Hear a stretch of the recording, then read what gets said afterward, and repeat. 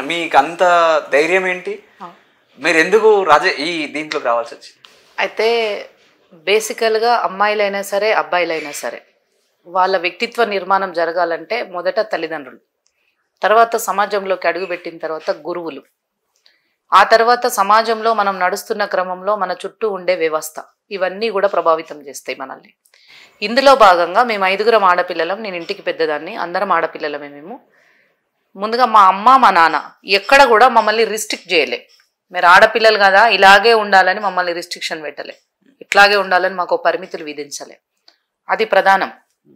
దాని తర్వాత మేము చదువుకునే రోజుల్లో కూడా, అంటే ప్రైమరీ ఎడ్యుకేషన్ సెకండరీ ఎడ్యుకేషన్లో కూడా విలేజ్ లెవెల్లో మా టీచర్స్ సుధాకర్ సార్ అని మా టీచర్, మా అమ్మ పేరు సువర్ణ, మా నాన్న పేరు ఐలయ్య, మా గురువు గారు సుధాకర్ సార్, వీళ్ళందరిది ఇంపాక్ట్ మా మీద ఉంటుంది. ఎందుకంటే సహజంగానే మనకు కొన్ని లక్షణాలు ఉంటాయి. కొంత సెన్సిటివ్గా ఉండడం అనేది ఆడపిల్లల్లో సెన్సిటివిటీ ఉంటుంది, మగపిల్లల్లో సెన్సిటివిటీ ఉంటుంది. ఆ సెన్సిటివిటీ నా దాంట్లో లేదు, నా నేచర్లో ఆ సెన్సిటివిటీ లేదు, బై నేచర్ లేదు. చిన్నప్పటి నుంచి కూడా నేను ధైర్యంగానే ఉండేది, ఎక్కడ కూడా ఆడపిల్లను కదా అనే సెన్సిటివిటీ నా లోపట లేదు. ఆ సెన్సిటివిటీ లేకపోవడము, తల్లిదండ్రుల పెంపకము, గురువుల సహకారము, విద్యను అభ్యసిస్తూ వస్తున్న క్రమంలో సమాజంలో చూస్తున్నటువంటి పరిస్థితులు, ఇవన్నింటి కూడా ఇంపాక్ట్ మా మీద ఉంటుంది. అది సహజంగా ఎవరి మీద అయినా ఉండేదే.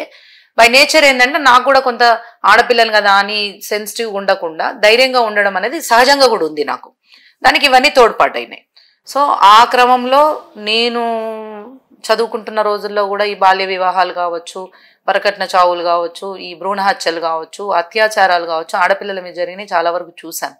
వీటితో పాటు వివక్షత, ఆడపిల్లల వివక్షత, అంటే మగపిల్లగాడైతేనే మంచిగా ప్రైవేట్ స్కూల్కి పంపించి చదివేయడం, ఆడపిల్లలైతే గవర్నమెంట్ స్కూల్లో వేయడం, అవసరమైతే చదివించకపోవడము, 5, 6 చదవంగానే బిడిలు చేయడము, మిషన్ కుట్టడము, వ్యవసాయం పనులు నేర్పించడము, ఏదో ఒక పని చేయించి నిండా 18 ఏళ్ళు నిండక ముందుకే పెళ్లిళ్ళు చేయడం, ఇట్లాంటివన్నీ చూస్తూ పెరిగిందాన్ని నేను. సో ఇవన్నీ చూస్తూ పెరిగిందాన్ని కాబట్టి అది కూడా కొంత ఇంపాక్ట్ ఉంటుంది. సో నాదేంటంటే నేను 10th, ఇంటర్, డిగ్రీ ఆ టైం వస్తున్నప్పటికీ వ్యక్తిగతంగా నా కుటుంబానికి నేను అండగా నిలబడాలనే ఆలోచనతో నేను పోలీస్ ఆఫీసర్ కావాలనుకున్నా. నెక్స్ట్ అయితే ఏంటంటే ఈ సమాజం పట్ల ఒక అవగాహనను కూడా ఏర్పరచుకుంటూ నేను NSS వాలంటీర్గా ఉండి కొన్ని చోట్లకు వెళ్ళడం, అంటే పంజాబ్, బెనారస్ లాంటి ప్రాంతాలకు కూడా నేను ఒక వాలంటీర్గా టీమ్ లీడర్గా వెళ్ళినాను నేను. సో అట్లాంటి సందర్భంలో సమాజంలో ఉన్నటువంటి రుగ్మతల మీద కావచ్చు ఒక అవగాహన కలిగి ఉన్నాను కాబట్టి సహజంగానే ఈ సబ్జెక్ట్ అంతా నా లోపల ఇమిడింది. దీనితోటి తెలంగాణ ఉద్యమము, తెలంగాణ రాష్ట్ర ఆవశ్యకత అనేటువంటి అంశాలు నేను కాంపిటేటివ్ ఎగ్జామ్స్కి ప్రిపేర్ అవుతున్న క్రమంలో కూడా ఫుల్ ఫ్లెడ్జ్డ్గా నేను చదువుకున్నా, తెలుసుకున్నా కాబట్టి తెలంగాణ రాష్ట్ర ఆవశ్యకత ఇంపార్టెంట్ అనుకున్నా కాబట్టి రాష్ట్రోద్యమంలో కూడా ఇండిపెండెంట్గా పార్టిసిపేట్ చేసిన.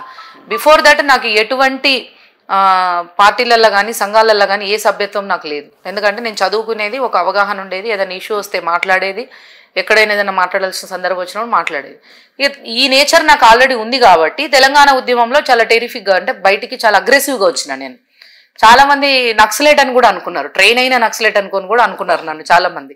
అంటే నేను వచ్చింది ఏంటంటే సహజ సిద్ధంగా సమాజం నుంచి అన్ని అంశాలు చూస్తూ వచ్చినాం కాబట్టి కొంత అగ్రెసివ్ నేచర్తో నేను ఉద్యమంలో పాల్గొన్నాను. అంటే ఎక్కడ కాంప్రమైజ్ కాలేదు, కాంప్రమైజ్ కాకుండా నేను కాజు కోసం నేను ఫైట్ చేసిన, దాంట్లో జెన్యున్గా ఫైట్ చేసిన కాబట్టి, దేనికి ఏ ప్రలోభాలకు లొంగకుండా జెన్యున్గా ఫైట్ చేసిన కాబట్టి సహజంగా నాకు ఆ పేరు వచ్చింది. అంటే డైనమిక్గా పనిచేస్తుంది, టైగర్ అని, ఉక్కు మహిళ అని, ఇట్లాంటి పదాలు నాకు కూడా పెట్టి చేసిరనమాట.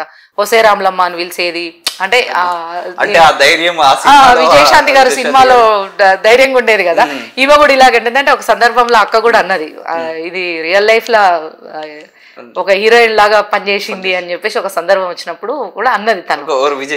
విజయశాంతి గారు అన్నారు ఒక సందర్భంలో, ఒక మీటింగ్ లో అన్నారు అనమాట. అంటే రియల్ లైఫ్ లో అమ్మాయిలు ఇంత ధైర్యంగా ముందుకు వస్తారా అనేటువంటి ఒక అంశం క్యాజువల్ గా కూర్చున్నప్పుడు వారు కూడా ఒక మాట ఇట్లా అన్నారనమాట. అంటే నాకు ఆ పేరు సాకలైలమ్మ, రాణి రుద్రమ, సమ్మక్క సారక్క, ఈ పేర్లు ఎవరికి ఇష్టం వచ్చిన పేర్లతోటి వాళ్ళు, కొంతమంది శివంగి అని ఈ పేర్లు పెట్టి పిలిచేవాళ్ళు. పేర్లు పెట్టడం కాదు, దాంట్లో మీ హిస్టరీలో ఎక్కడ కూడా తగ్గట్లేదు కదా, వాళ్ళతో పాటు వాళ్ళకి పోటీగా ఉన్నారు మీరు. అంటే ఇంకొకటి ఏంటంటే నేను పుట్టి పెరిగింది అంత వరంగల్ జిల్లా,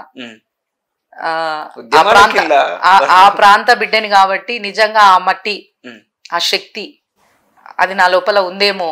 అందుకే ఆ తల్లుల ఆశీర్వాదంతో, ఆ తల్లులతో పోల్చడం, అంటే చాలా చిన్నదాన్ని, వాళ్ళతో పోల్చేంత పెద్దదాన్ని కాదు కానీ ఆ తల్లులని పేరు పెట్టి నన్ను పిలవడం ఒక సమ్మక్క సారక్క లాగా, అంటే వాళ్ళ తరహాలో ఒక ధైర్యంగా ముందుకు వచ్చింది అనేటువంటి చాలా మంది నన్ను ఇష్టపూర్వకంగా పిలుచుకునేదనమాట. ఎందుకంటే మనకు ఆ పోరాటాల కిల్ల నుంచి వచ్చిన వాళ్ళము, ఆ పోరాట నేపథ్యం తెలిసిన వాళ్ళం కాబట్టి సహజ సిద్ధంగా అట్లా వచ్చింది కాబట్టి నాకు ఆ పేరు వచ్చింది.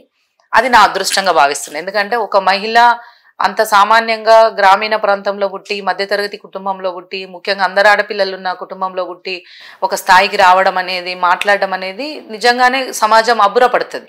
నేను కూడా చాలా అదృష్టంగా ఫీల్ అవుతున్నాను. ఎందుకంటే నాకు ఈ సమాజంలో దొరికిన చేయూత కావచ్చు, నేను నిలబడాలి, కలబడాలి అనేటువంటి ధైర్యంగా ముందుకు రావడం కావచ్చు, వ్యక్తిగతంగా ఆలోచించకుండా సమాజపరంగా ముందుకు రావాలనే థాట్ కావచ్చు, ఇవన్నీ రావడం కానీ చరిత్రలో ఇలా ఒక బృహత్తరమైనటువంటిది. అంటే తెలంగాణ రాష్ట్ర ఆవిర్భావం అనేది ఒక కళ.